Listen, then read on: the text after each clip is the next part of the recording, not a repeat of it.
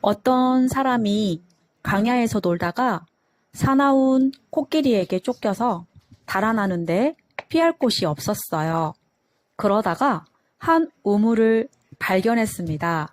그 우물 옆에는 큰 나무가 있고 우물 속으로 뿌리가 하나 나 있었습니다. 그는 곧 나무 뿌리를 타고 내려가 우물 속에 몸을 숨겼습니다. 그 우물 사방에는 4마리의 독사가 있어서 그를 물려고 했어요. 나무 뿌리를 흰 쥐와 검은 쥐가 번갈아 가면서 갈고 있었고 우물 밑에는 독 있는 용이 있었습니다. 그는 그 용이 몹시 두려웠고 나무 뿌리가 끊어질까 걱정이었습니다. 한편 나무에는 벌통이 달려 있어서 벌꿀이 5방울씩 그의 입으로 떨어졌습니다. 그런데 나무가 흔들릴 때마다 벌들이 흩어져 내려와서 그 사람을 쏘았습니다. 뿐만 아니라 들에서 나는 불이 일어나 그 나무를 태우고 있었습니다. 이와 같은 이야기를 마치고 부처님은 사이국의 왕에게 물었습니다.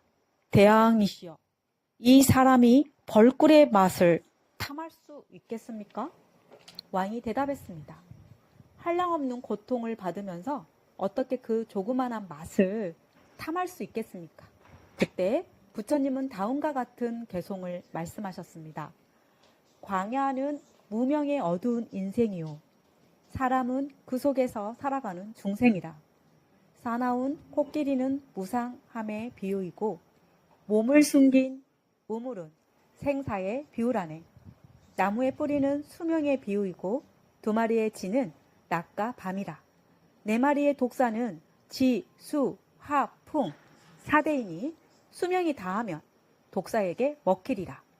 떨어지는 꿀방울은 오, 욕, 낙이요. 아프게 쏘는 벌은 그릇된 생각이라. 들판에 이는 불은 늙어가고 병드는 일. 우물 밑에 독한 용은 죽음이라네.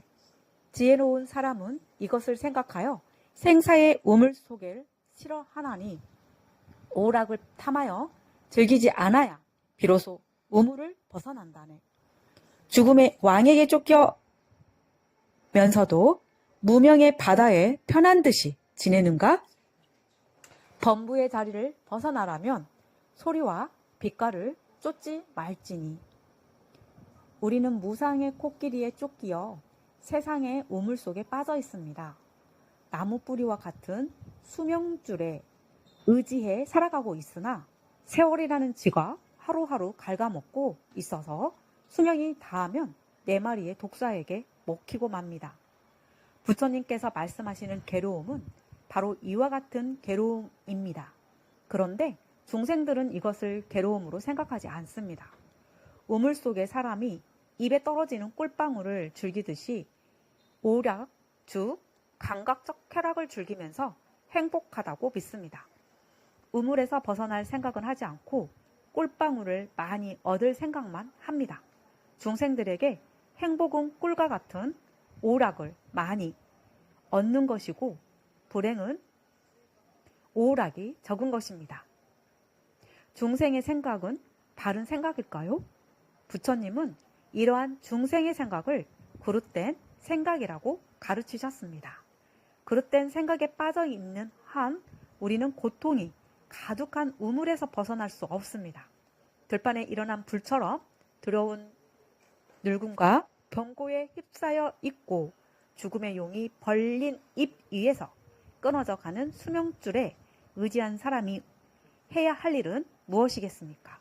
남이 얻은 꿀이 많다고 부러워하고 내가 얻은 꿀이 적다고 괴로워해야 할까요? 부처님은 우물 속이 온통 괴로움이라는 의미에서 일체는 괴로움이다 라고 말씀하셨습니다. 불교의 출발점은 괴로움의 깨달음입니다.